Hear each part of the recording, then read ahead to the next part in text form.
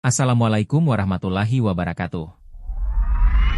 Karena mohon maaf, yang kita besok bawa pulang ada dua hal.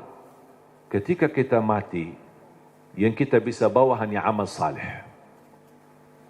Yang kedua, ketika kita mati, yang tersisa di dalam dunia ini hanya nama baik kita. Tidak ada yang lain. Ketika tersebut nama kita, semua orang mau mendoakan. Semoga Allah ampuni, ya Allah. Luar biasa perjuangan orang itu.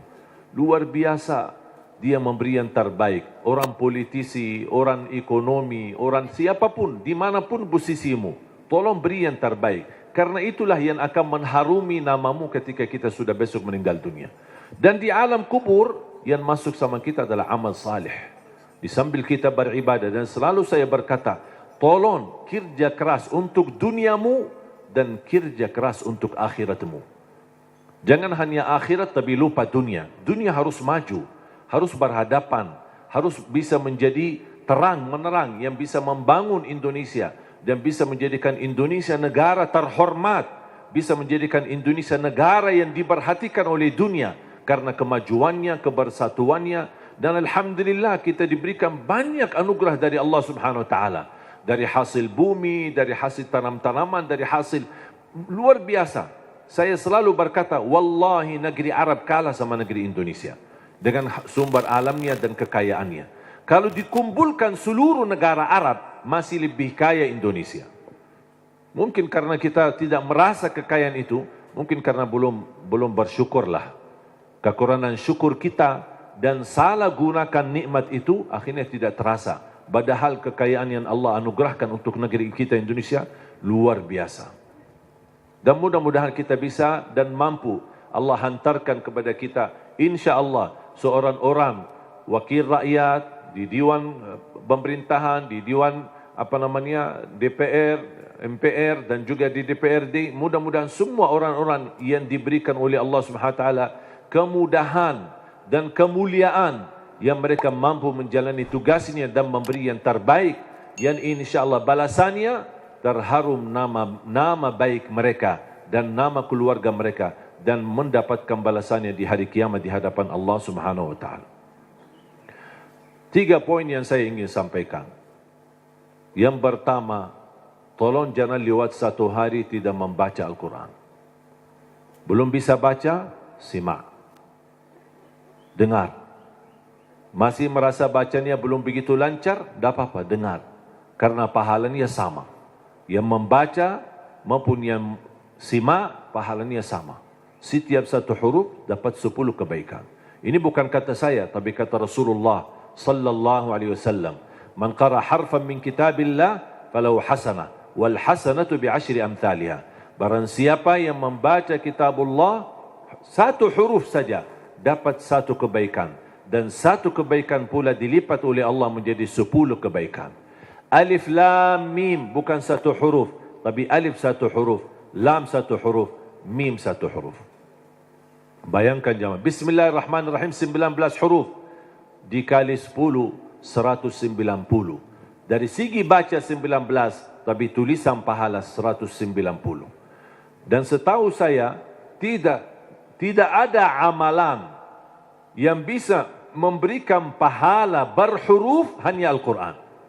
Injil, Taurat, Zabur, Suhufi Ibrahim wa Musa, hadis Qudsi, hadis Nabawi, tidak ada. Salat 10 kali lipat, tapi dari total salat. Tidak dihitung setiap rukuk, sujud, bacaan dalam salat, tidak. Dihitung total salat. 5 waktu dapat 50. Sebagaimana diperintahkan di awal 50 kali salat.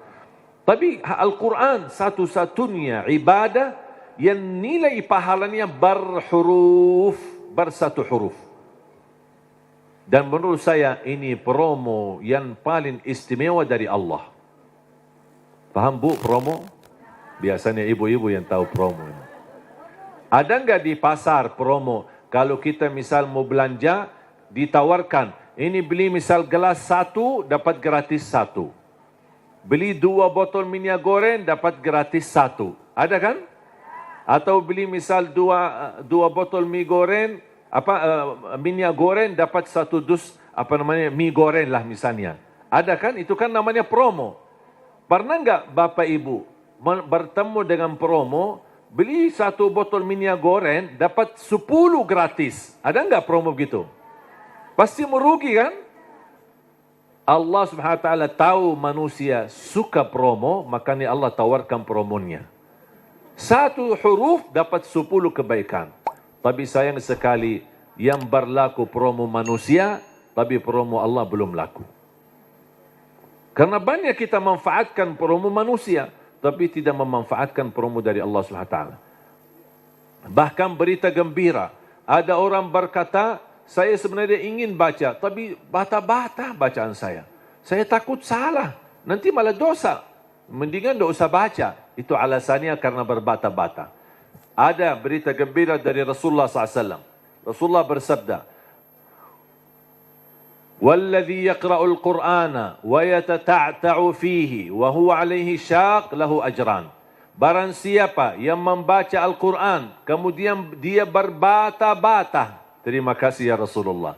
1400 tahun yang lalu, nampaknya Rasulullah umatnya bakal banyak berbata-bata. Makanya sudah diberi solusi dari kemarin. 1400 tahun yang lalu.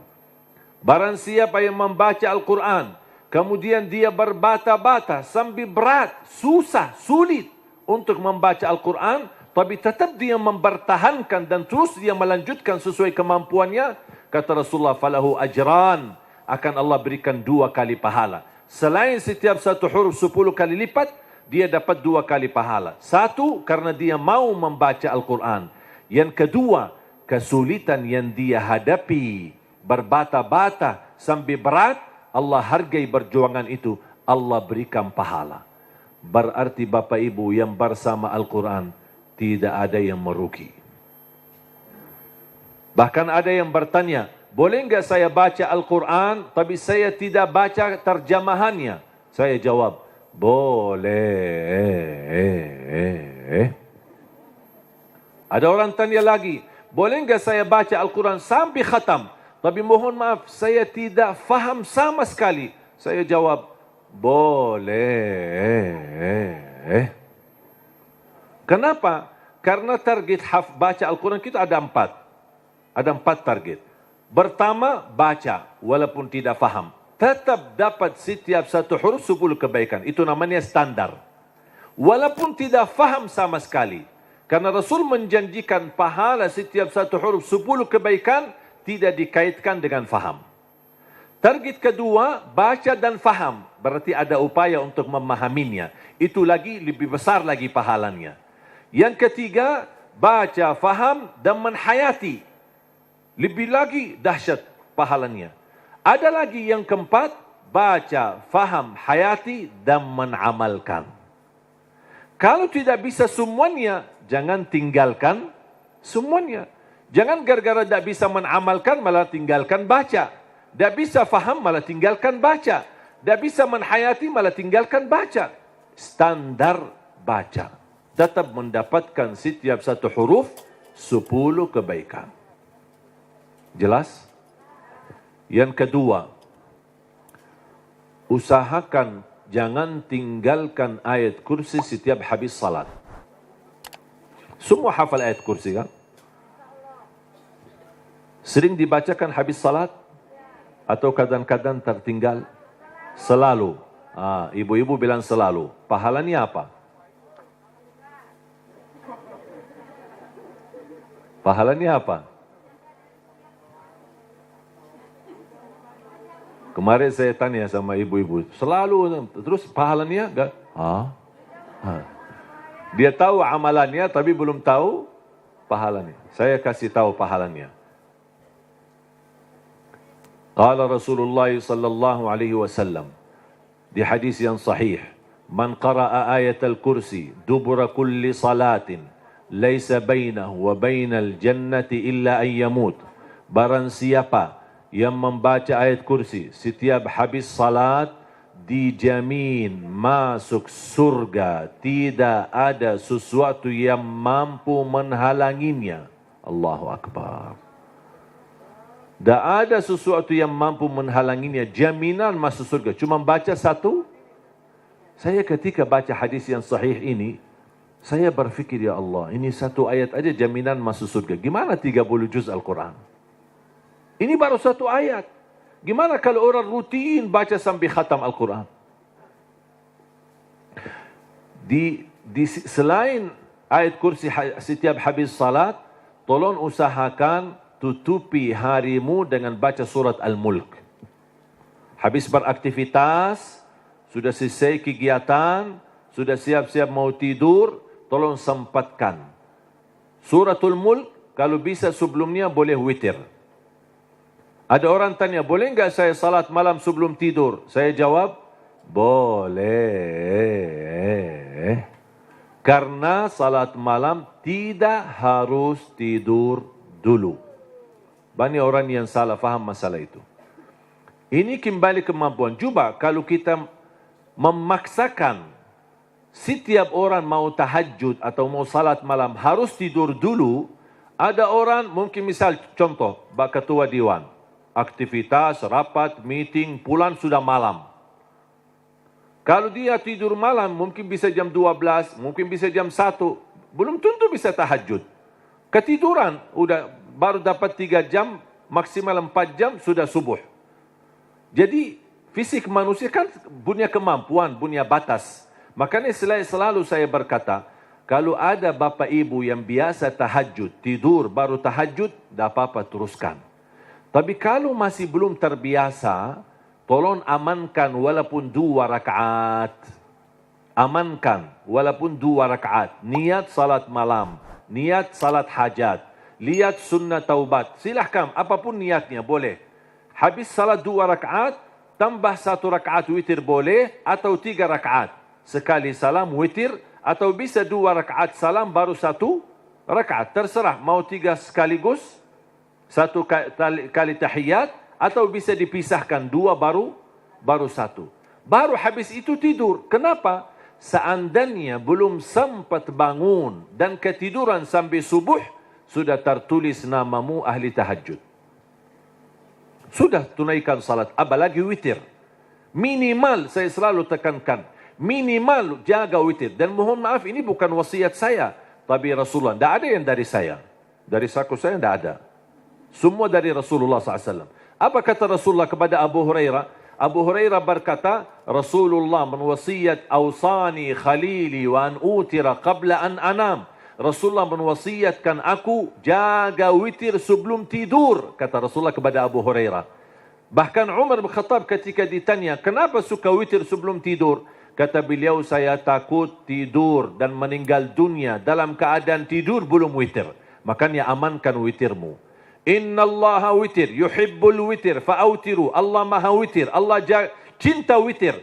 Jagalah witir. Dan salah satu sunnah yang Rasul tidak pernah tinggalkan adalah sunnah witir.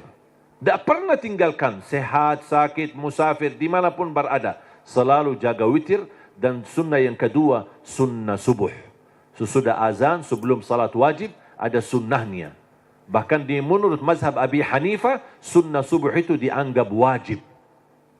Selain Abu Hanifah dianggap sunnah. Memang dia sunnah, tetapi hampir sunnah, tapi martabatnya seperti martabat wajib. Karena sunnah subuh, pahalanya lebih besar daripada dunia dan seisinya. Saya berkata, subhanallah, ini baru pahala sunnahnya. Kira-kira gimana yang wajibnya salat subuh? Habis sudah laksanakan witir, mau tidur, tolong bacakan suratul Mulk. Belum lancar bacaanmu, setelkan. Dari HP boleh, atau CD murattal, suratul Mulk, atau dari YouTube. Sudah alhamdulillah puluhan bahkan ratusan ribu murattal. Tinggal milih apa yang kita suka. Sambil kita di tempat tidur, berbaring, kita bisa dengar suratul Mulk. Kenapa disuruh baca suratul Mulk? Apalagi di ujung aktivitas kita, seandainya malam itu meninggal dunia, sudah dapat jaminan selamat dari siksa kubur. Suratul Mulk, jaminan selamat dari siksa kubur. Yang terakhir, sedekah.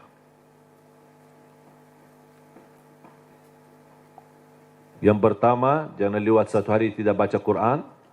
Yang kedua, ayat kursi setiap habis salat, termasuk jaga suratul mulk. Kalau bisa sebelumnya jaga witir. Terus sekarang yang ketiga, sedekah. Terutama sedekah subuh. Terutama sedekah subuh.